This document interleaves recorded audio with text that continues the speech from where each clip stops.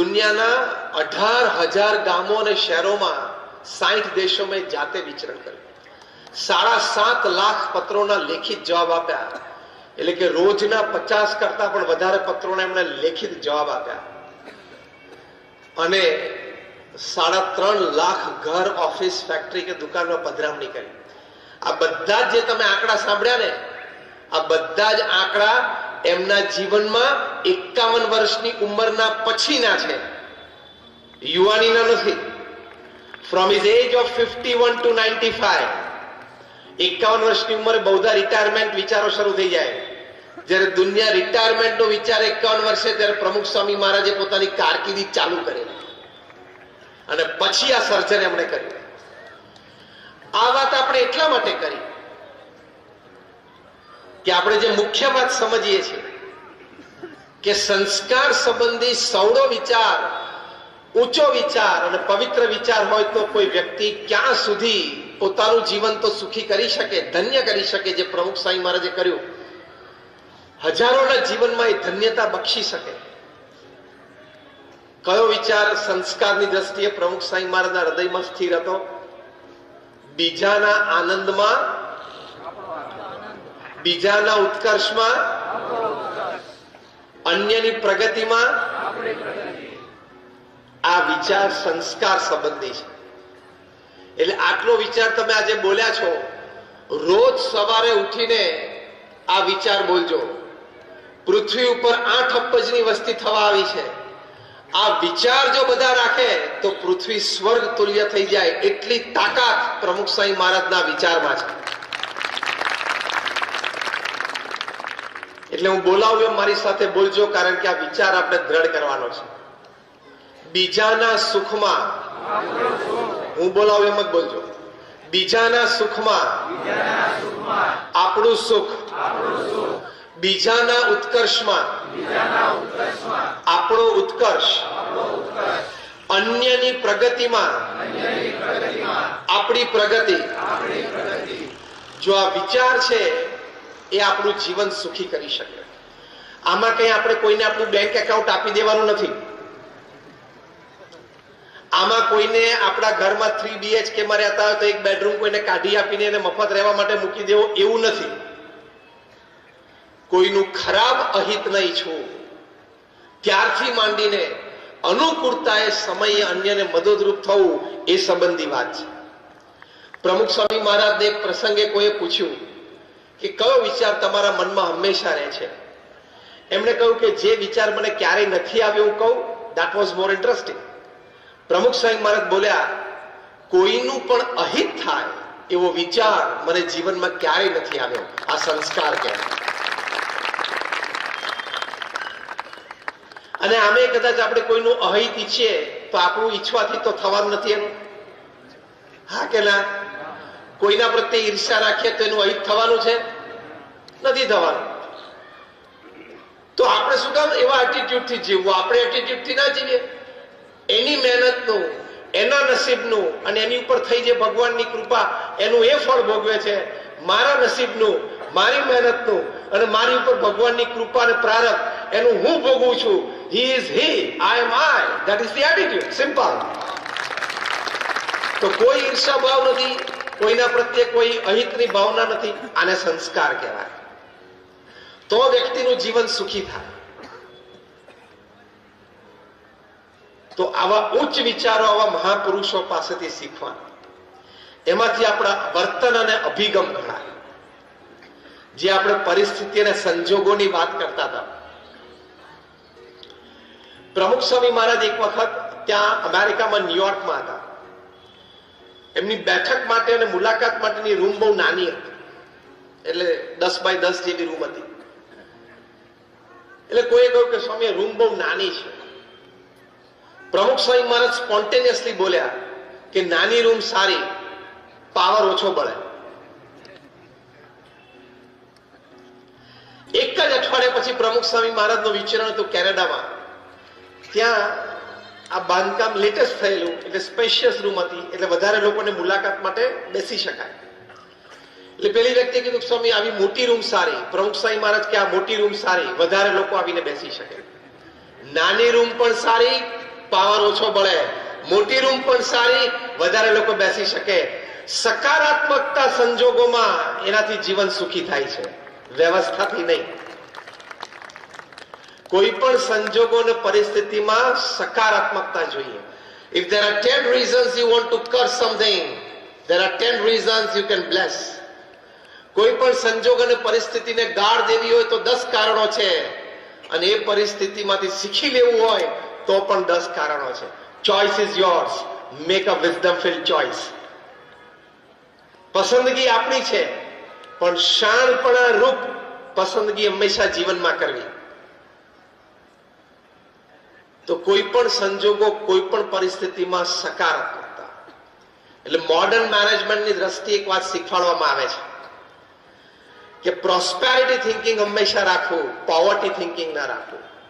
એટલે સમૃદ્ધતા વિચારવી પણ ગરીબાઈ ન વિચારવી. એટલે શું? સમૃદ્ધતા વિચાર એટલે આ વાત બનશે, આ પ્રશ્નનું સમાધાન આવશે, અત્યારે આ સંજોગો પરિસ્થિતિ પ્રતિકૂળ છે પણ કાલ સવારે સુધરશે. એ જે આશા, એ જે ઓપ્ટિમિઝમ એટલે કે સકારાત્મકતા, એને પ્રોસ્પેરિટી થિંકિંગ કહેવાય. માણસ એનાથી સુખી બને છે, જીવન એનાથી સુખી થાય છે. અને પોવર્ટી થિંકરો એ શું વિચારે?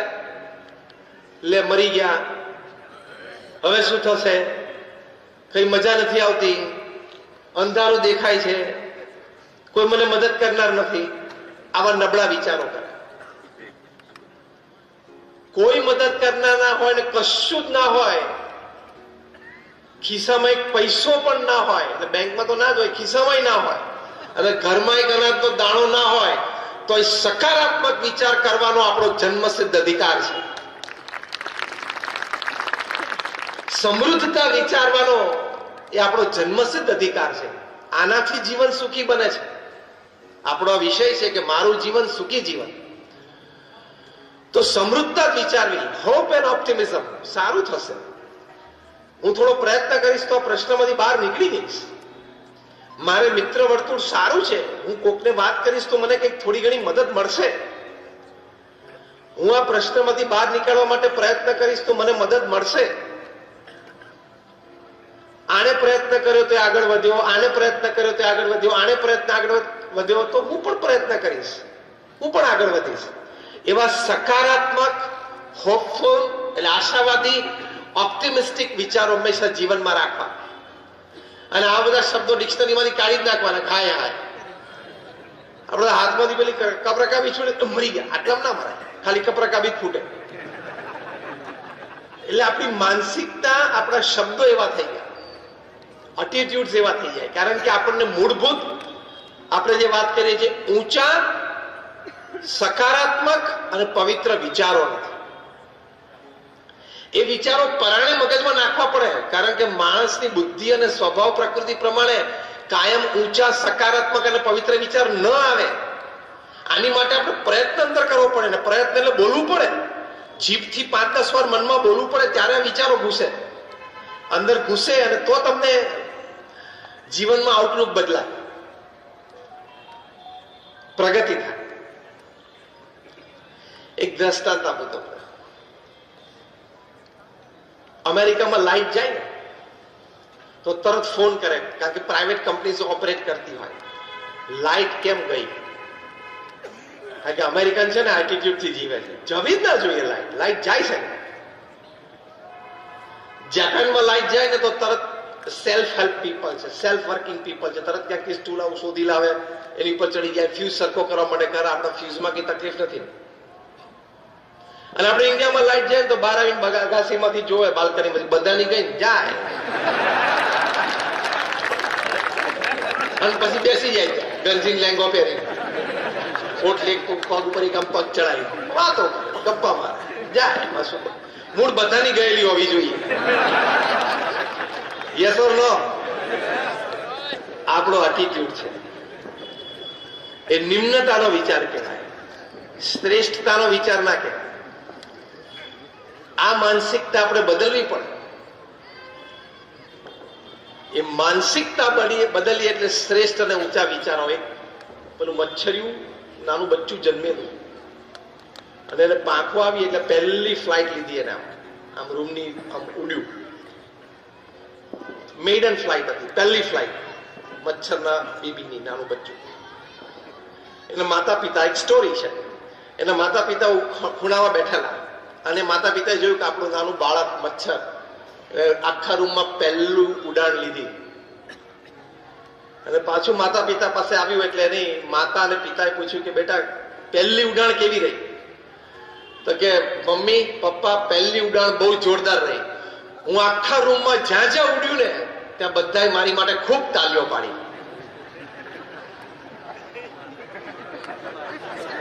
ખબર પડી શું? બધાએ ખૂબ તાલીઓ પાડી. શું?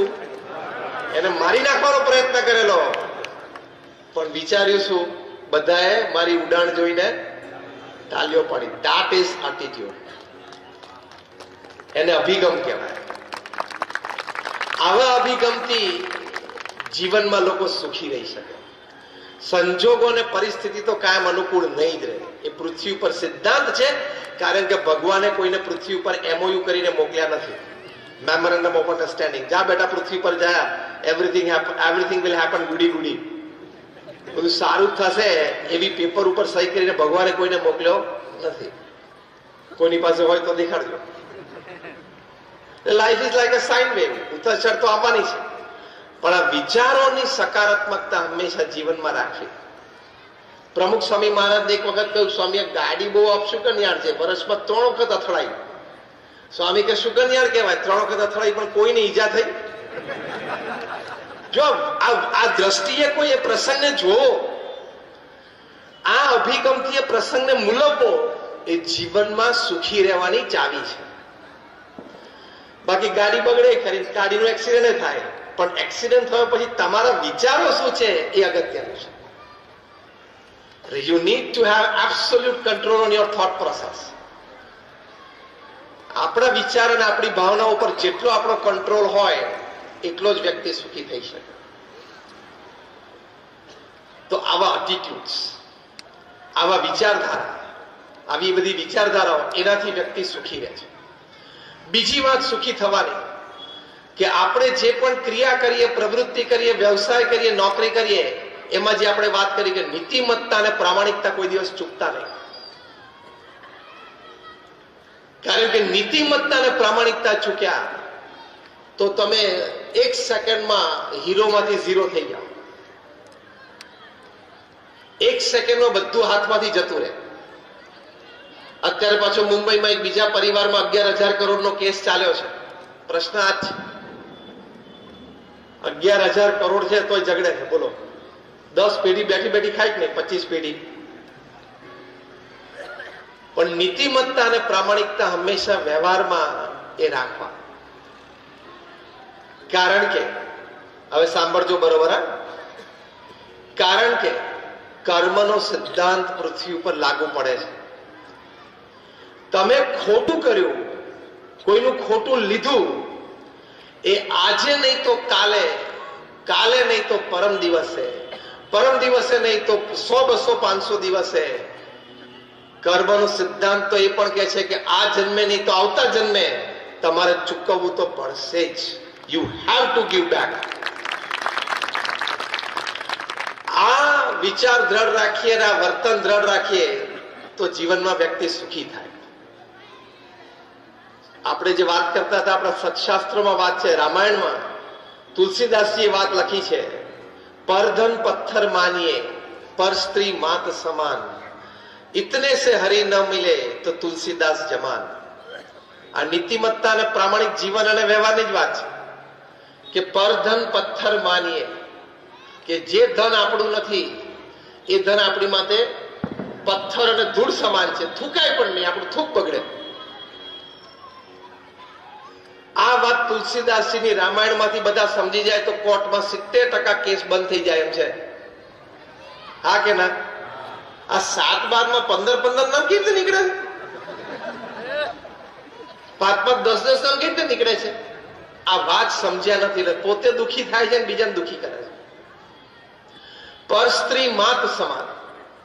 અમારા સદગુરુ સંત પરમ પૂજ્ય ડોક્ટર સ્વામી આ વાત સમજાવે છે કે તમારા પત્ની સિવાય આ પૃથ્વી પર કોઈ પણ સ્ત્રી ઉંમર પ્રમાણે કાં તો તમારી માતા છે, કાં તો તમારા બેન છે, અને કાં તો તમારા દીકરી છે. એવી સમજણ, એવી દ્રષ્ટિને એવું વર્તન હંમેશા રાખવું, તો બાકીના બીજા 30% કેસ કોર્ટમાંથી પૂરા થઈ જાય એમ છે.